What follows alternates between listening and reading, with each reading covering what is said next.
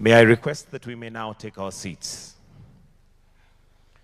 Your Excellency, Dr. William Samoei Ruto, President and Commander-in-Chief of the Kenya Defense Forces, Your Excellency Emmanuel Macron, President of the French Republic, His Majesty King Letsi III, Kingdom of Lesotho, Your Excellency Paul Kagame, President of Rwanda, Your Excellency Alassane Ouattara, President of Cote d'Ivoire, Your Excellency Abdel Fattah el-Sisi, President of Egypt, Your Excellency Faustin Anchange Todara, President of Central African Republic, Your Excellency Azali Assoumani, President of Comoros, Your Excellency Abiy Ahmed Ali, President of Ethiopia, Your Excellency Felix Tshisekedi, President of the Democratic Republic of Congo, Your Excellency Mohamed Ould Zohani, President Mauritania,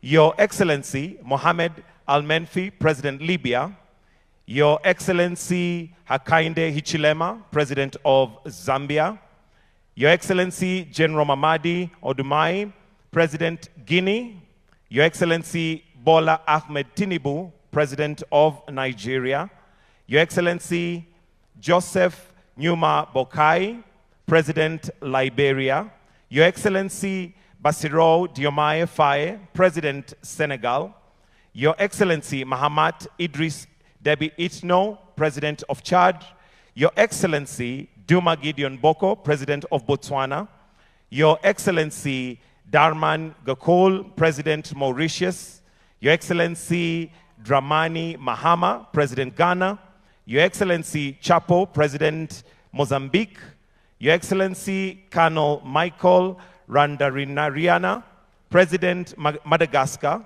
Your Excellency Antonio Guterres, Secretary General, United Nations, Your Excellency Aziz Akonoj, Prime Minister Morocco, Your Excellency Russell Mino Dlami, Prime Minister Eswatini, Your Excellency Americo d'Olivier dos Ramos, Prime Minister Sao Tome, Your Excellency Serazafan Zefri, Prime Minister Tunisia, Your Excellency Mwigulu Lameck Nachema, Prime Minister Tanzania, all Vice Presidents present, Your Excellency Ambassadors, Heads of Delegation, Country Representative, Development Partners, distinguished guests, ladies and gentlemen. Your Excellencies, at this point where we see Africa moving forward, it is a day that will be marked in history as a change has begun. Allow me, Your Excellencies, at this point to invite Vivian Onano, who is going to be our moderator for this session. Vivian Onano is one who needs no introduction. She's an award-winning journalist and also has many other things that she has achieved in her accolades. Let's put our hands together as we welcome Vivian Onano, our moderator this morning. A good clap for her, please. Thank you, Mr. Mike Gitonga, for the kind introduction.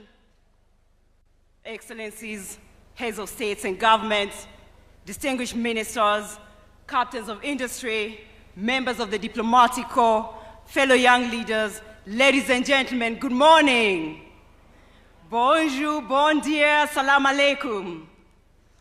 Welcome to the Africa Forward Summit 2026 under the theme Africa-France Partnerships for Innovation and Growth. It is my distinct honor and privilege to serve as the moderator for this presidential opening session. Please allow me to begin by expressing sincere appreciation to our co-host, Son Excellence, Monsieur Emmanuel Macron, President de la République Française, Son Excellence, Dr. William Samoei Ruto, President de la République du Kenya. Please join me in giving their excellencies a warm round of applause for their leadership and commitment to strengthening a renewed Africa-France partnership grounded in mutual respect, mutual cooperation, and shared prosperity. A big round of applause to their excellencies. Excellencies, we gather here today at a defining moment in global history. The world is resetting, and increasingly, Africa is becoming central to what comes next. Today, Africa is the youngest continent on Earth, with a median age of just 19 years. By 2050, 1 in 4 people in the world will be African. This is not simply a demographic reality.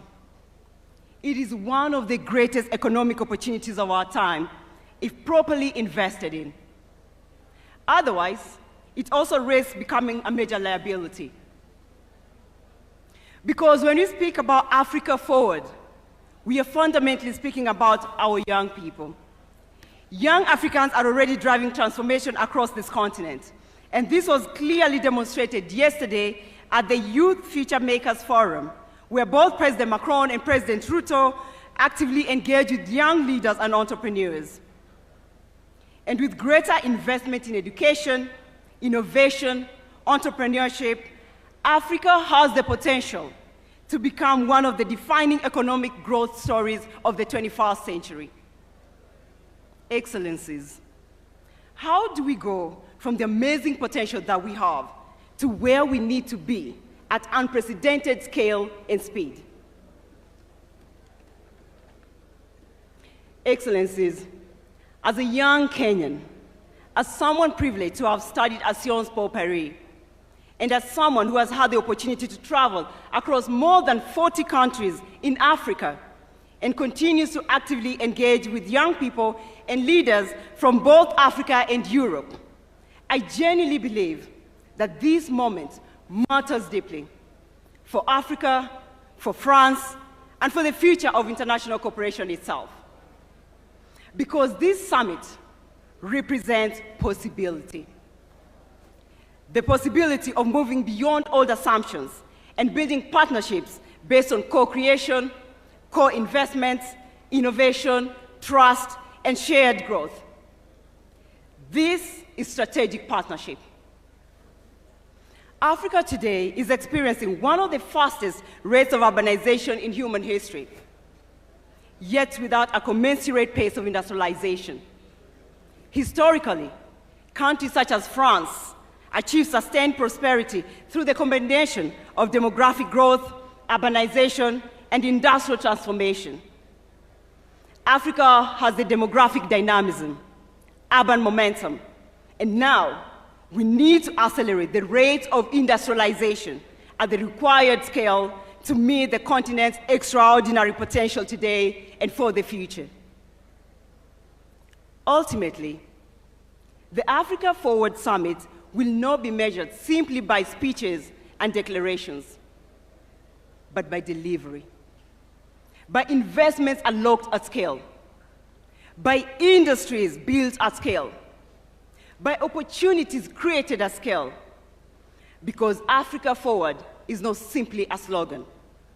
It must become a commitment to build an Africa that works for its young people, an Africa that competes globally, an Africa that industrializes sustainably, and an Africa that helps shape the future of our world. This is the Africa we want. Excellencies, as I welcome our distinguished leaders to come and deliver their official statements, it would be great to reflect on a number of defining questions. What model of growth will define Africa's future prosperity?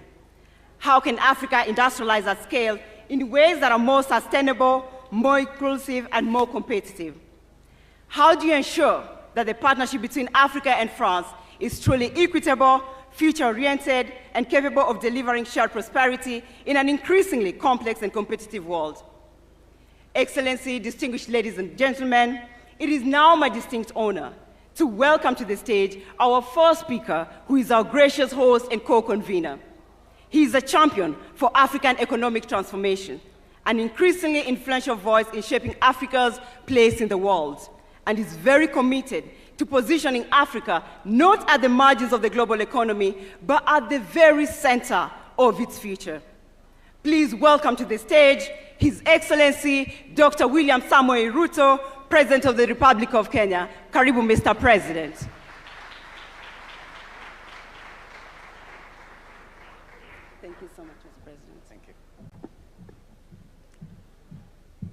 Your Excellency Emmanuel Macron, President of the French Republic and co-chair of the Africa Forward Summit 2026.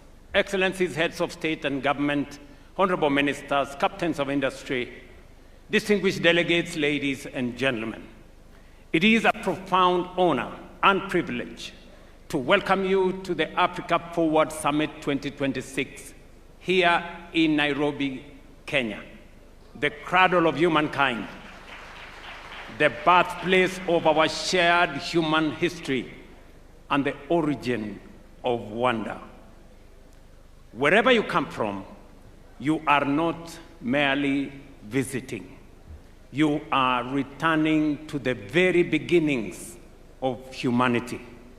And so, with warmth, friendship, and pride, I say to you all, welcome home. Bienvenue chez vous, karibuni nyumbani. We gather, ladies and gentlemen, at a profound, consequential moment in global affairs. The foundations of international order are being reshaped by deepening geopolitical divisions, persistent conflicts, economic volatility, climate pressures, and widening inequalities. Long-standing assumptions about global stability, cooperation, and prosperity are being tested as never before. At the same time, shifting centers of influence, changing trade alignments, and the reconfiguration of global supply chains are redefining the architecture of the world economy itself. Yet, in moments such as this, fragmentation cannot be the answer, nor isolation the strategy.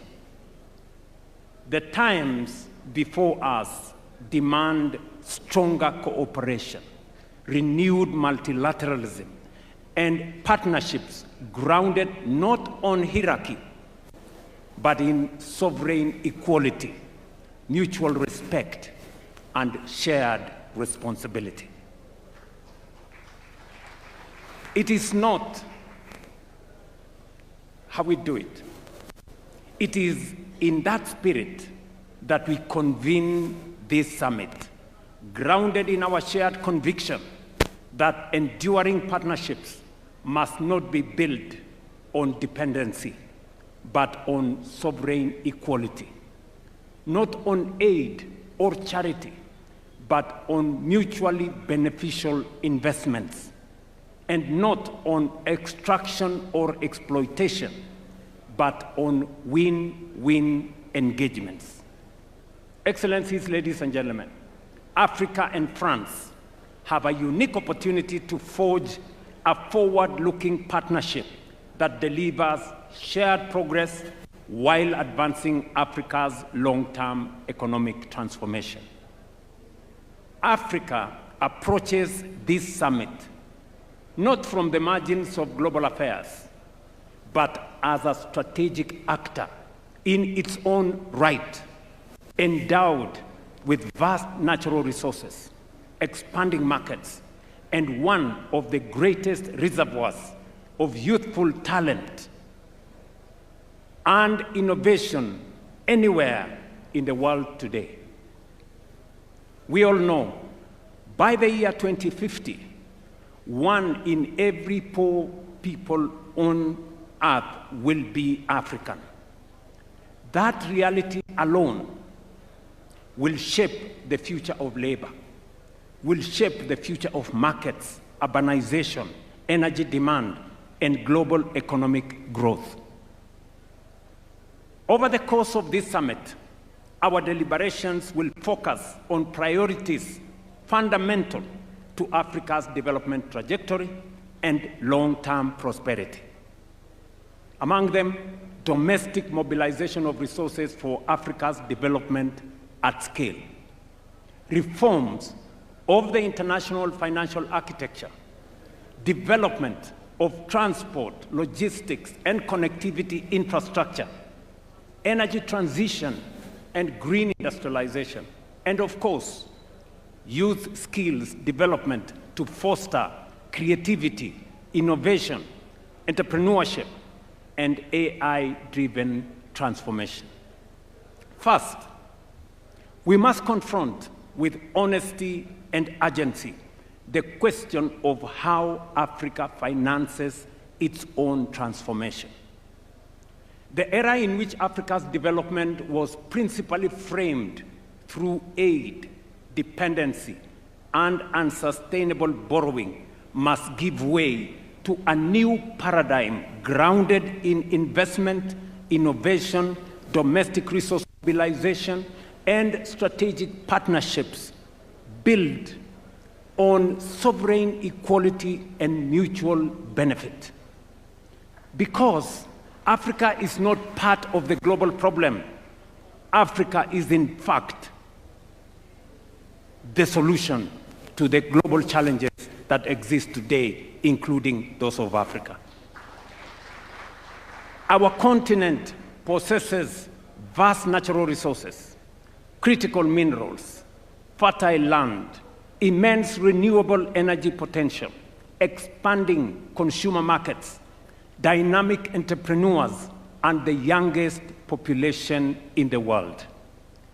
What Africa requires today, friends, is not charity, but investments, not extraction, but value creation, not dependency, but mutually beneficial partnerships capable of unlocking shared prosperity.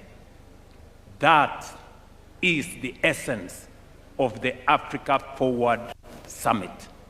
It is about recalibrating Africa's place in the global order.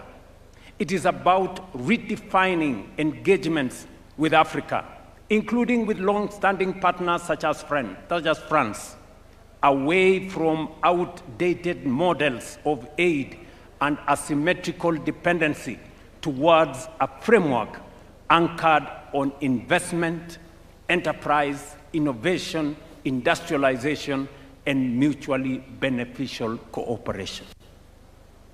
And we are very clear about this. The current international financial system remains structurally unequal. African countries continue to face disproportionately high borrowing costs, constrained access to concessional financing, and distorted risk perceptions that are frequently disconnected from economic realities that exist in this continent. The bias embedded within global credit rating systems continue to penalize African economies, increase the cost of capital, and discourage long-term investments into productive sectors. This imbalance is neither sustainable nor just. It is one of the principal constraints on Africa's ability to finance infrastructure, industrialization, climate adaptation, and economic transformation at the scale that is required. That is why Africa has supported the establishment of the African Credit Rating Agency, an important step towards ensuring fairer, evidence-based, and context-sensitive assessment of African economies and investment opportunities. Its purpose is not to replace existing global institutions, but to correct long-standing distortions in risk perception that continue to increase the cost of capital for African countries and continue to discourage long-term investment into productive sectors. At the same time, we must recognize that the World Bank and the International Monetary Fund alone cannot finance Africa's development ambition. We have to be realistic. Even as reform efforts continue, the scale of Africa's transformation requires us to rethink the sources, structures, and instruments of development finance itself. Africa must increasingly finance Africa. Let me repeat that. Africa must increasingly finance Africa.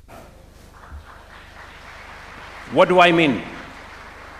Across our continent, enormous pools of domestic capital remain underutilized. Africa today holds more than $4 trillion in long-term domestic savings, including over $1 trillion in pensions and insurance assets, and more than $500 billion in central bank reserves. I am not talking about Europe, I'm talking about Africa.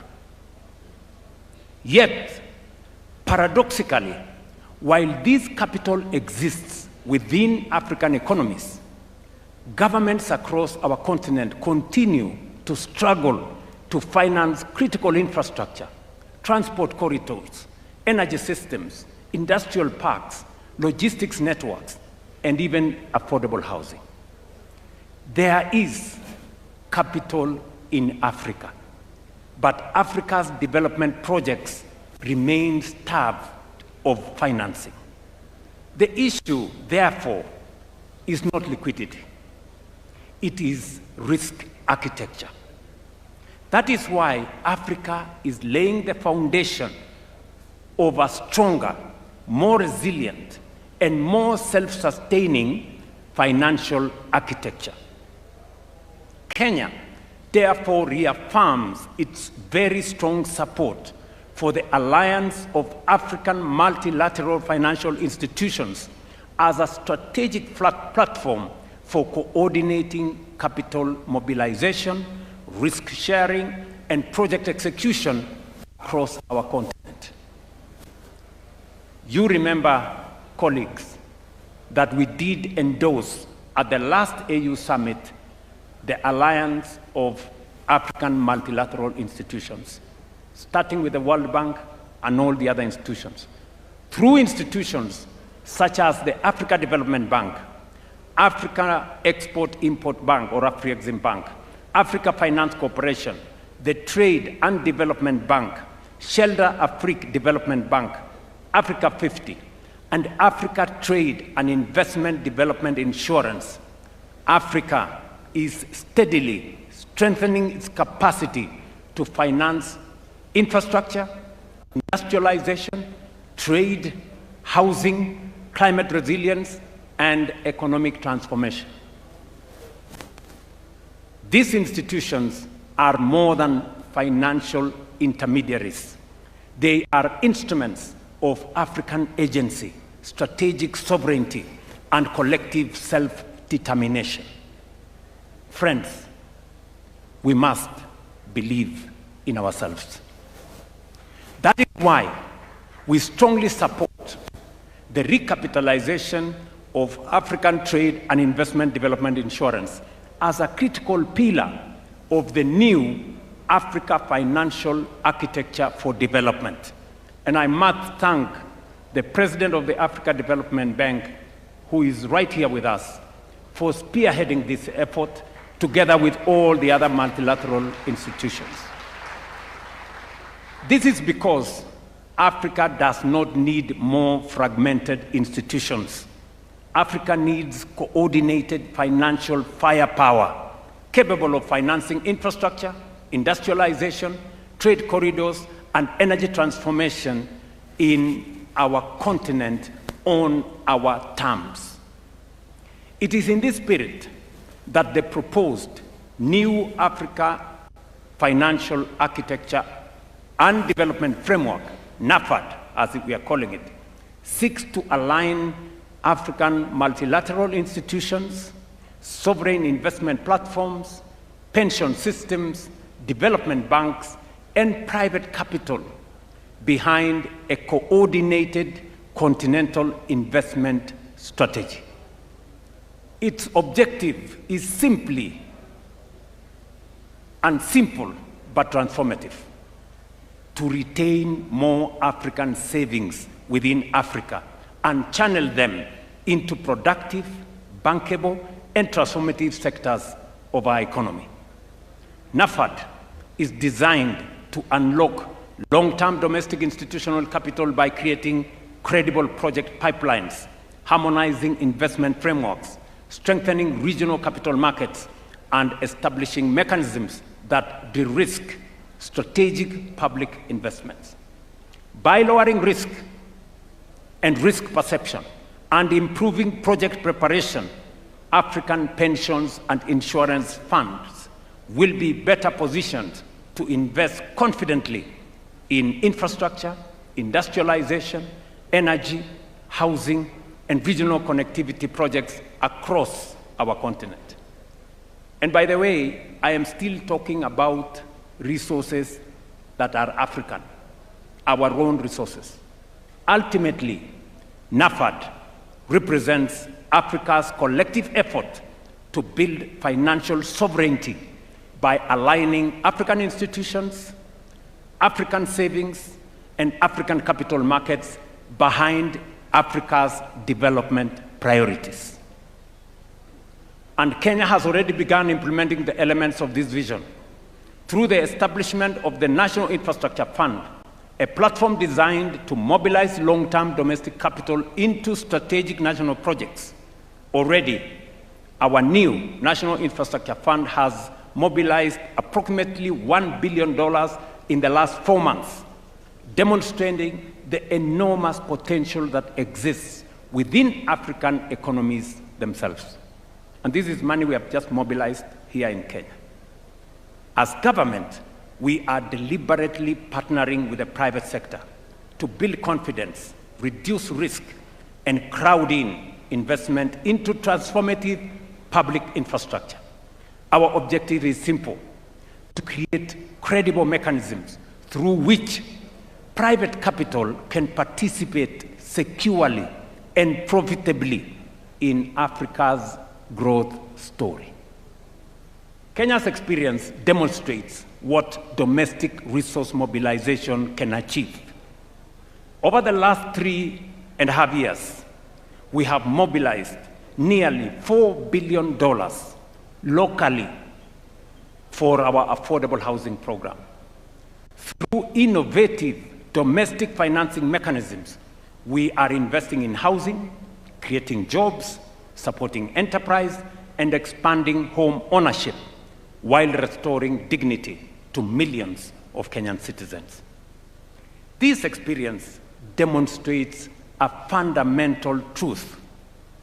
Africa can generate substantial development resources internally when institutions are strong, policies are credible and predictable, markets are trusted, and citizens themselves become active participants in nation building. Excellencies, infrastructure development remains one of the most decisive foundations of Africa's economic transformation and continental integration. Africa's infrastructure financing gap continues to constrain productivity, continues to increase the cost of trade, weaken industrial competitiveness, and fragment markets across our continent. According to the Africa Development Bank, Africa requires between $130 and $170 billion annually for infrastructure investment, with financing gaps estimated at between $70 and $100 billion every year. Bridging this gap will not happen through public borrowing alone. It requires innovative financial instruments, blended finance mechanisms, de-risking facilities like the one I have talked about, and strong public-private partnership capable of unlocking institutional capital at scale. But the broader challenge before us is continental. We must accelerate investment in transport corridors, in ports, rail systems, roads, aviation connectivity, and integrated logistics ecosystems capable of binding Africa together into one competitive economic space under the Africa Continental Free Trade Area. Because Africa cannot trade effectively with itself while its economies remain disconnected from one another. Connectivity is not merely about infrastructure. It is about competitiveness. It is about regional value chains. It is about food security. And it's about industrialization. And ultimately, it is about shared prosperity. Equally critical is the question of energy. That is why we must fundamentally restructure and strengthen Africa's financial architecture to mobilize the scale of capital required to finance this transformation on African terms. Excellencies, Africa possesses some of the greatest renewable energy potential anywhere in the world, from geothermal resources in the Rift Valley and on to immense opportunities in solar, wind, hydroelectric power, and green hydrogen across our continent. Africa, therefore, has a historic opportunity, not merely to participate in the global energy transition, but to help lead it. But for Africa, the energy transition must also be a development and an industrialization transition. We must accept a future, and we cannot, let me repeat that, we cannot accept a future in which Africa simply exports raw green minerals, while industrial value addition, advanced manufacturing, and technological innovation take place elsewhere. That model belongs to the past. Africa must become a competitively industrial hub powered by clean energy, modern infrastructure, innovation, and strategic investment partnerships. Green industrialization presents our continent with an opportunity not only to contribute meaningfully to global climate solutions, but also to create jobs, expand manufacturing capacity, strengthen exports, deepen regional value chains, and accelerate structural economic transformation. Excellencies, ladies and gentlemen, perhaps Africa's greatest strategic asset is its people. This demographic and the demographic reality that it presents will profoundly shape the future of labor markets, the future of technology, urbanization, consumption, innovation, and of course, economic growth. Our youth population is not a burden to be managed. It is an extraordinary strategic advantage to be invested in. But demographic potential does not automatically become demographic power. It must be deliberately cultivated by education, skills development, research, digital inclusion, entrepreneurship, and technological innovation. We must equip Africa's young people, not merely to seek jobs, but to create enterprise, build technologies, drive industrial transformation, and lead the next frontier of artificial intelligence and digital innovation. And across our continent, this transformation is already underway. From Nairobi to Lagos, from Kigali to Cape Town, young Africans are redefining finance through fintech, transforming agriculture through technology, expanding digital commerce, building globally competitive startups, and creating solutions capable of shaping industries far beyond our borders. What they require is access. Access to quality education, access to digital infrastructure, access to affordable capital, access to markets, and of course, they will create the opportunities necessary.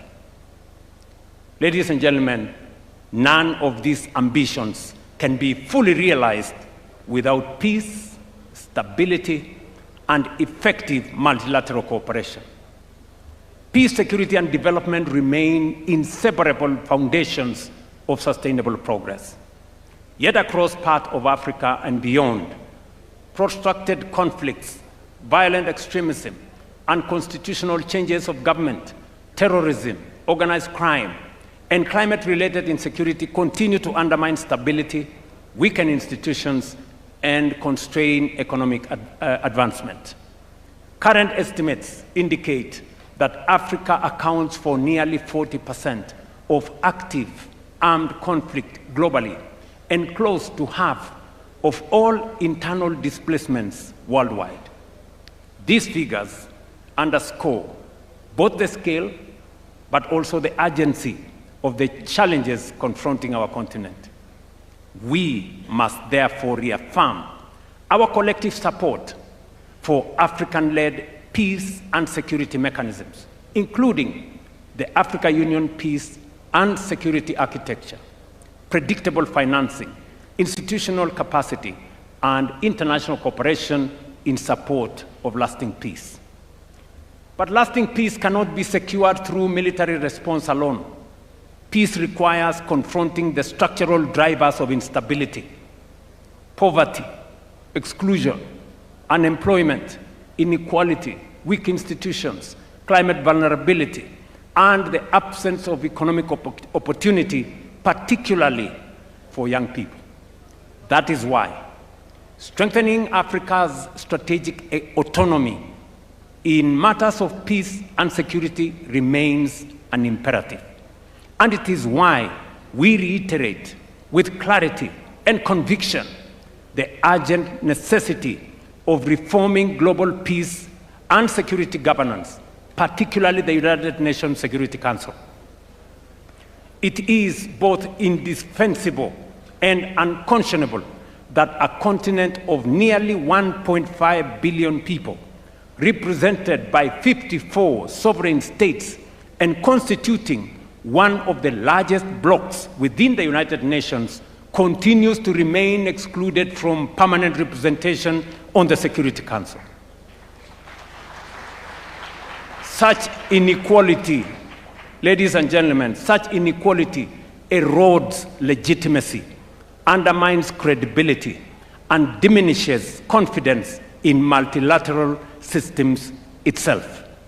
No global governance architecture can credibly claim to be democratic, to be representative, to be just, or fit for purpose, while a substantial part of humanity remains absent from the table where the world's most consequential decisions are made. The time has come, therefore, for the international community to recognize, without ambiguity or without delay, that Africa cannot and will not and must not remain subject to decisions taken without its equal voice on the table. The reform of the Security Council is not merely an institutional adjustment. It is a moral obligation. It is a strategic necessity. It is indispensable to restoring trust, legitimacy, and confidence in the international order itself.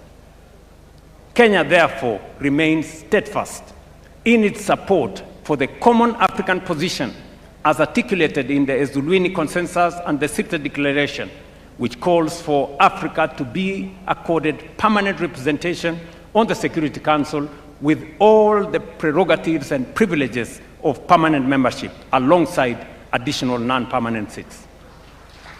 Excellencies, ladies and gentlemen, Africa does not need privilege, but fairness. We don't need exclusion, but inclusion.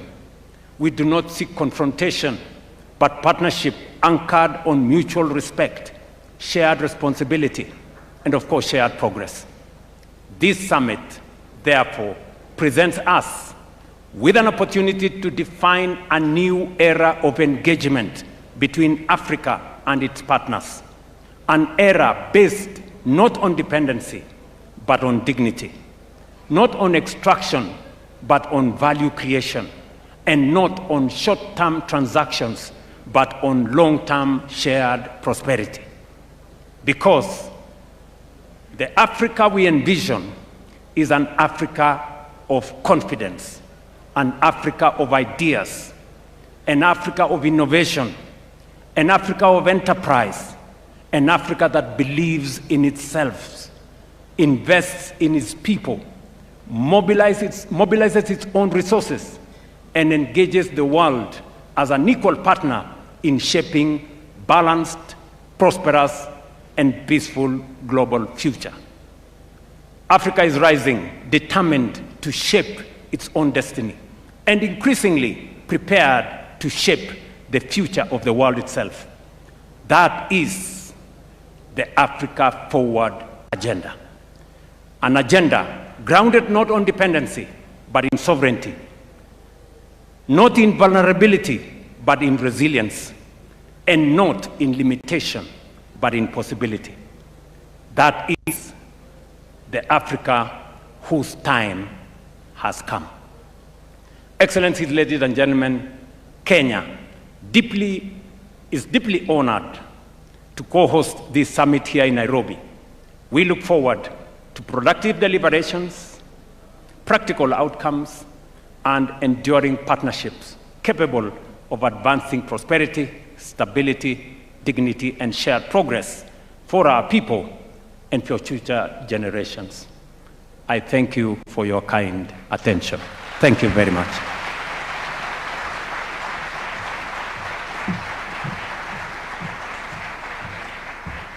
Thank you, Your Excellency, for the warm welcome and for reinforcing Africa's economic position today and the importance of partnerships such as the Africa-France partnership. Asante sana, Your Excellency. And now it's my profound honor to welcome to the stage our next speaker, who is also our co-convener. He's a global leader who has consistently championed international cooperation and a world of rules-based order, has been at the forefront of advancing dialogue on global economic reform and strategic partnerships between Africa and France. Please welcome to the stage His Excellency, Mr. Emmanuel Macron, President of the Republic of France. Bienvenue, Monsieur le Président.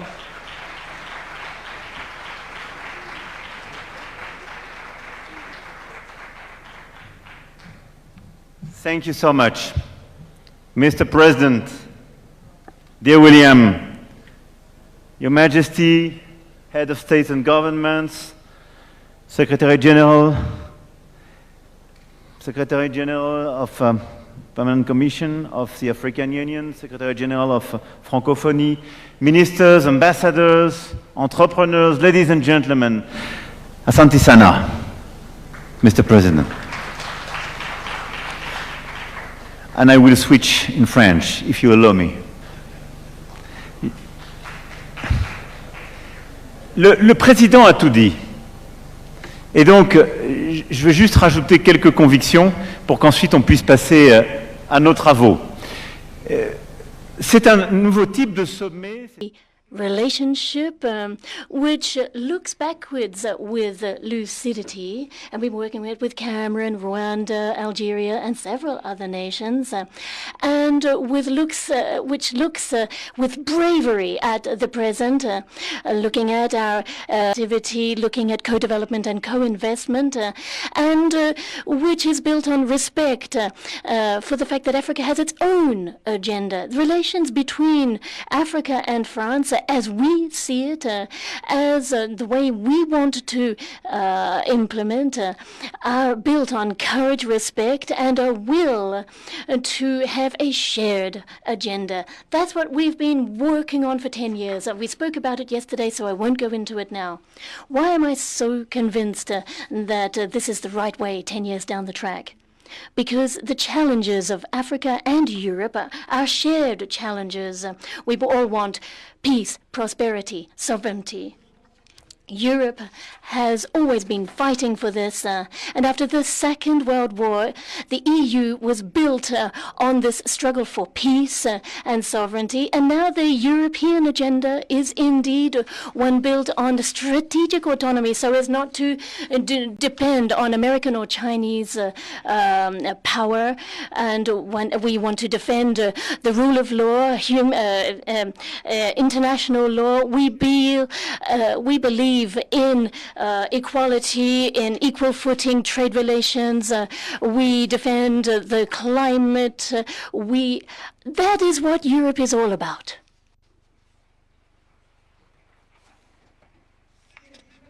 And that is the exact same challenge that Africa has before it. What Africa wants is peace, prosperity, and independence.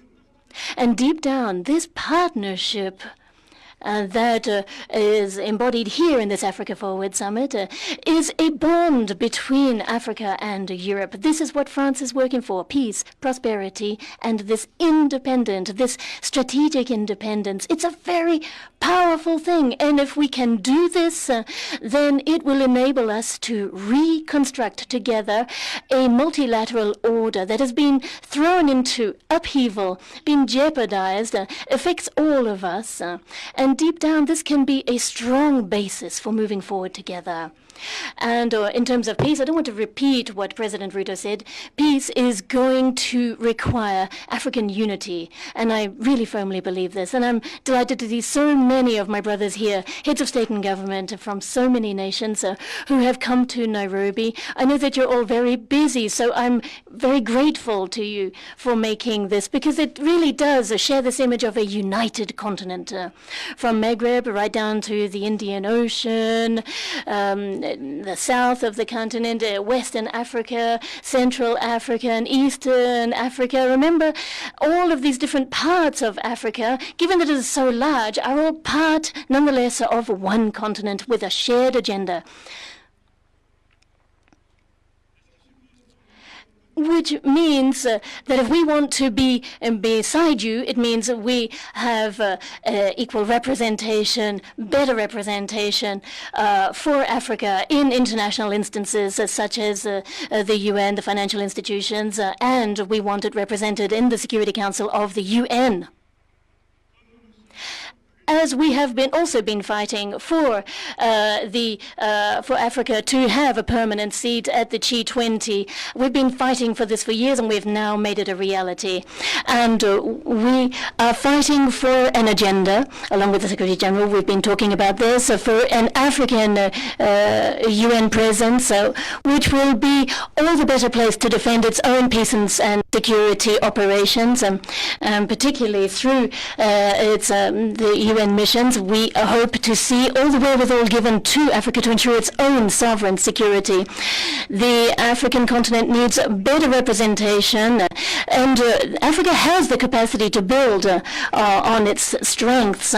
So what we stand ready to do is assist you financing that with a reworked security arrangement which is respectful of the sovereignty of each African country, but never eclipsing each nation's sovereignty. And I'm delighted to hear from your introductory remarks a moment ago that we can build together a shared agenda to overcome the peace and security challenges that we face, and continue to work together so that the whole of the UN can move forward on a more equitable basis. Prosperity next. With President Ruto, I was discussing this. I think that he is absolutely right when he's talking about the prosperity of the continent. It's clear, it's simple. Now, what I'm offering is not to offer assistance.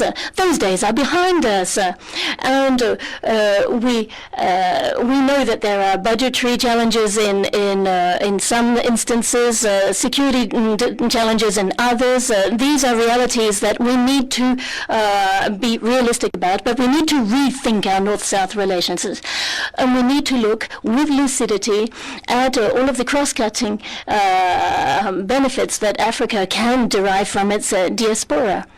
Those who are working very, very hard in many, many of our countries and send remittances back home are another important lever that we must not overlook.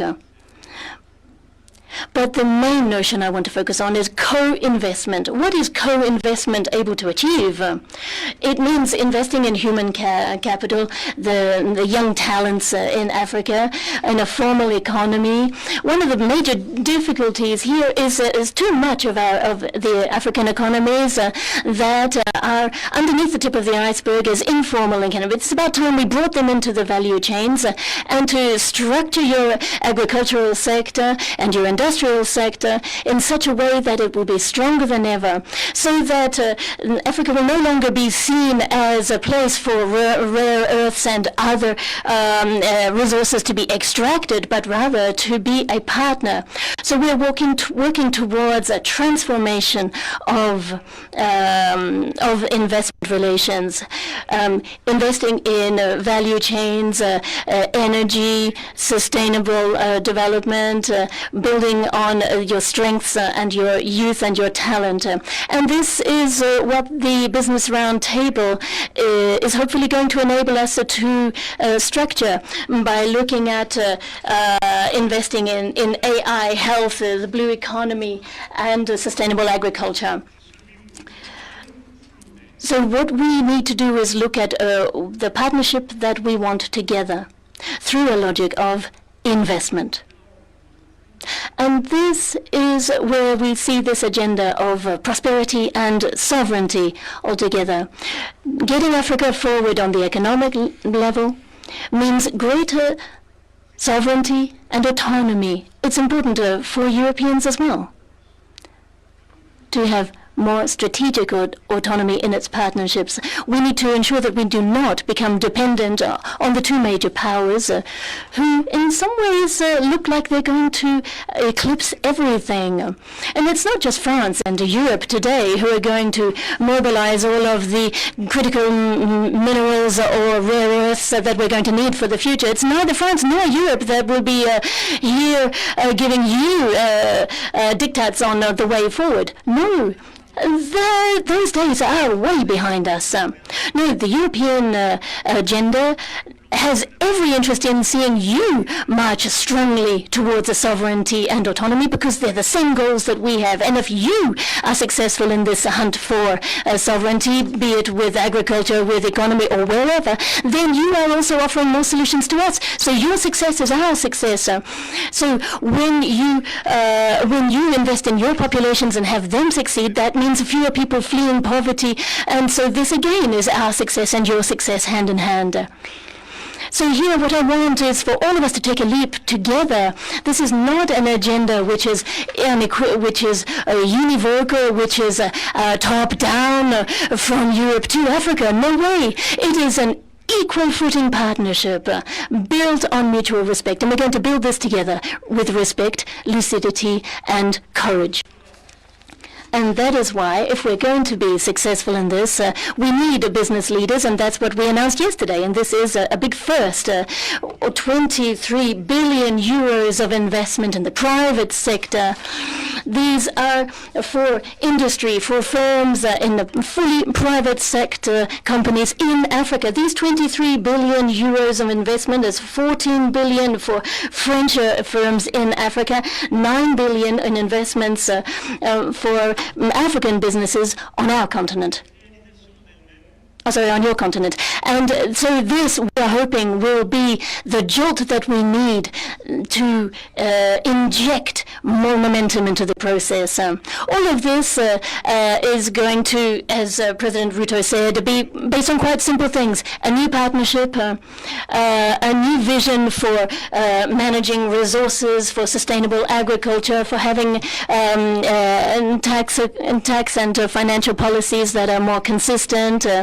It's also going to mean that we can mobilize international funding better, be it the World Bank, be it with the IMF and with other international, with special drawing rights, with all kinds of mechanisms and debt restructuring that can move us all forward. So it's a true strategy for guaranteeing peace, and that is why the ITD here in Nairobi is so important. We're going to be able to work with you, with the ATD, so as to move forward, so that ATD can play its full role continent-wide, and in this way prove successful. This strategy is a whole new paradigm shift, and it's going to require a new financial paradigm shift. And this is all part of our shared strategy. Other than that, I would say President Ruto said what I wanted to say, that I think this summit embodies our new partnership, and I think he said it better than I ever could, so I want to endorse what he said. In a moment's time, we will be meeting with business leaders, and we'll be discussing growth, we'll be discussing finance and investments, and then after that, we're going to have the outcome of this Africa Forward Summit with the declarations of those investments. And then together with President Ruto, we're going to bring to the G7 in Evian, on behalf of all of you, the message from this forum. And then throughout the year, at the IMF, World Bank, at the UN, we are going to showcase and push this shared agenda. And that is why this summit, in my opinion, is going to enable us to jointly set forward our upcoming path. So I don't want to take up any more of your time, dear ladies and gentlemen, but I just wanted to extend my thanks to President Ruto for agreeing to host this outstanding summit here in Nairobi.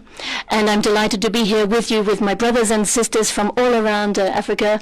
And I'm looking forward to working on all of the input that we can pool, your strengths, your energy, so that we have a new African-French partnership.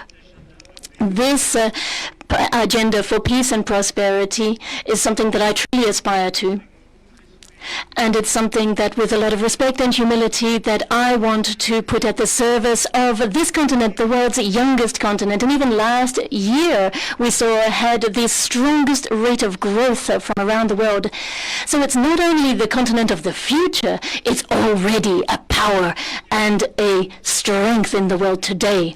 And I am proud to be standing at your side and to try humbly to build with you this agenda in which we will be investing heavily. We want to work with you. Long live friendship between Africa and France. Thank you.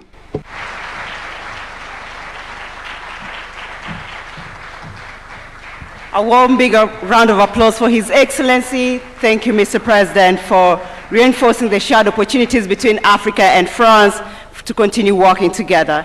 And now I'd like to please welcome on stage one of the world's foremost champions of multilateralism, peace and security, sustainable development, and global solidarity. Please welcome to the stage His Excellency, Mr. Antonio Guterres, Secretary General of the United Nations. Welcome, Your Excellency.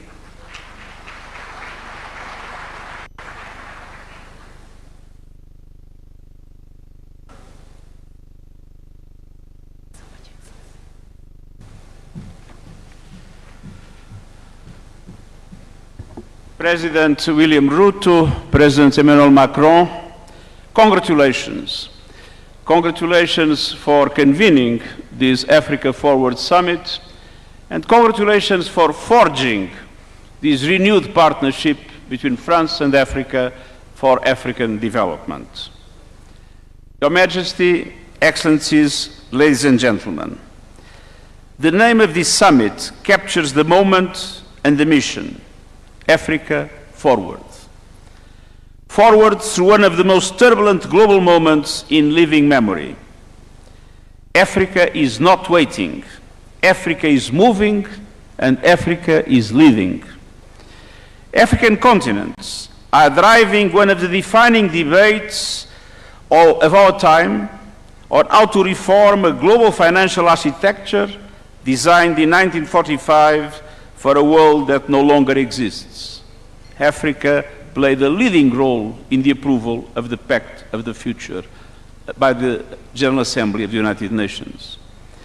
It is African leadership building new tools like the Borrowers Platform, and so that the countries can speak as one and negotiate from strengths.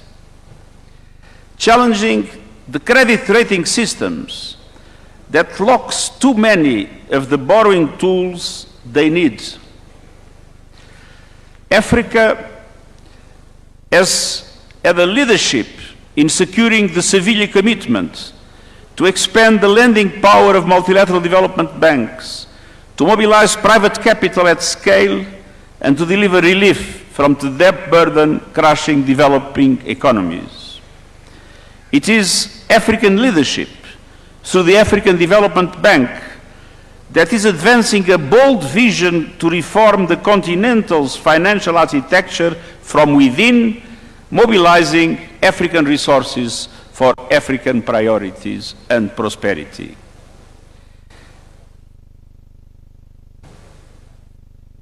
Africa is driving a UN framework convention on international tax cooperation so that countries are no longer cheated out of what is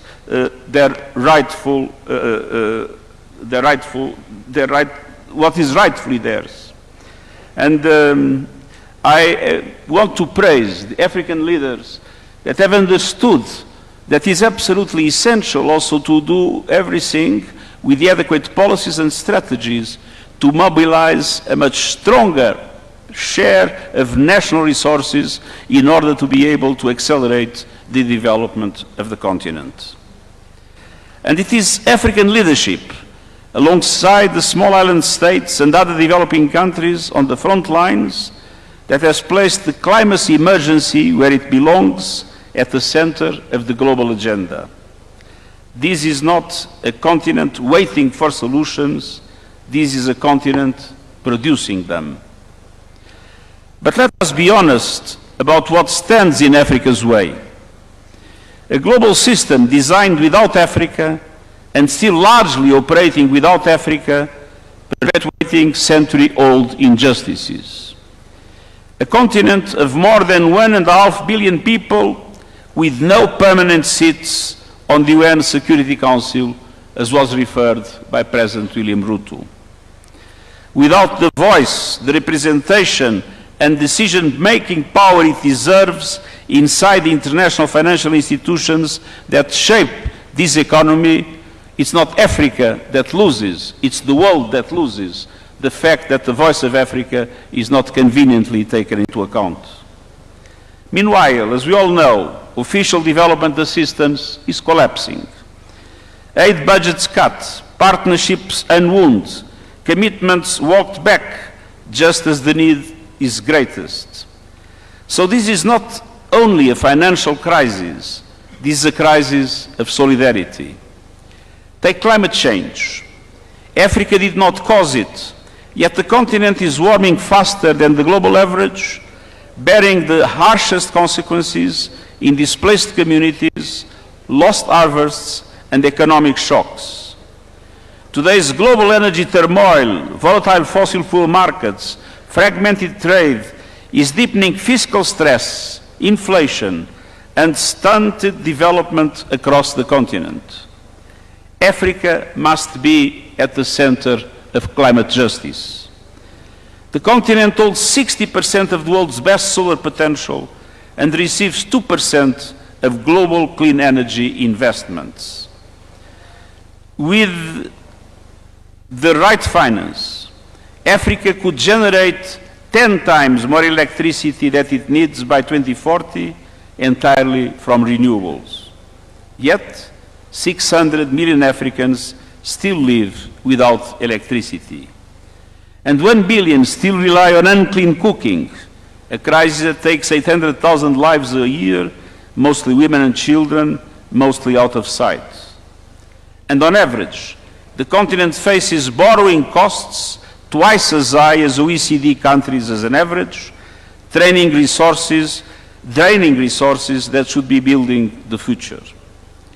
That is not a market verdict on Africa. It is a verdict on the injustices of the system. The continent also holds extraordinary reserves of the critical minerals the green transition depends on.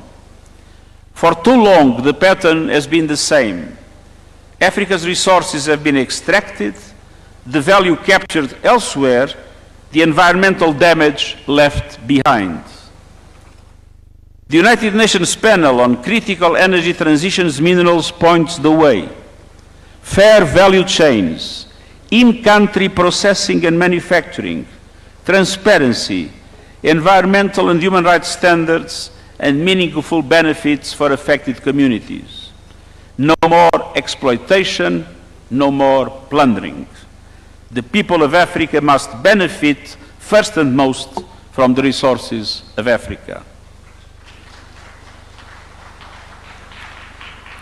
And going back to climate change, adaptation must no longer be an afterthought.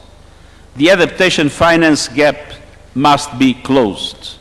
Africa is paying an enormous price in relation to the devastation caused by climate change, and Africa has been denied the resources and the capacities able to protect their populations and their infrastructure in these circumstances. Climate finance with justice is a must in today's world. Excellence. Developing African capacities in artificial intelligence so that AI can be shaped by African data, African languages, African researchers, and African leadership. Building partnerships which are built on the roadmaps of Africa, the free trade areas in Africa, the Agenda 2063.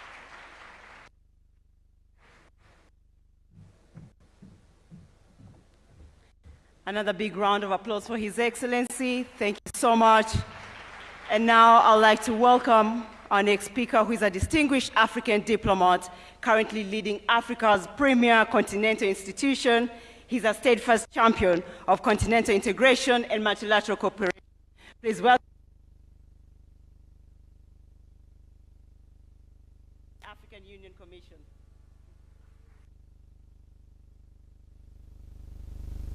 Monsieur William Ruto, président de la République du Kenya, Excellence Monsieur Emmanuel Macron, président de la République française, co-initiateur du sommet Africa Forward, Excellences, Mesdames et Messieurs les chefs d'État et de gouvernement, Excellences... More balanced partnerships and the cost of development are fundamental principles of global governance. Africa stands ready to take on greater responsibility on the international stage and in particular in the global south. Excellencies, ladies and gentlemen, peace and stability are an important challenge on the continent. Security must no longer be an obstacle to investment on our continent. It is therefore imperative to ensure that we do this without hesitation. The African Union Commission has made this an absolute priority. It has become irrelevant when I listened to our presidents here, in particular President Ruto. He touched upon all the issues I wanted to raise, but let me conclude my very brief remark by saying this. The future is for the African continent. The African continent will be the powerhouse of global growth. So let us work together, let us put our energies together and move forward. And I thank you. Your Excellencies, please allow me to briefly highlight the high-level roundtable discussions that will continue throughout the day. Immediately following the opening session, we'll proceed to the high-level plenary on energy transition and green industrialization in the adjacent room, Savo B. It's just right next. This will be followed by a high-level working lunch session on the reform of the international financial architecture, Savo C. Following the lunch working session will be a plenary on peace and security. Thereafter, we will then transition into parallel roundtable discussions on artificial intelligence and digital technologies, blue economy, health, and agriculture. Excellencies, distinguished ladies and gentlemen, please give a big round of applause to our open plenary speakers. Thank you. Thank you. Thank you very much. God bless Kenya, God bless Africa, God bless France, Asanteni Sana. Allow me to hand over to Mr. Mike Gitonga.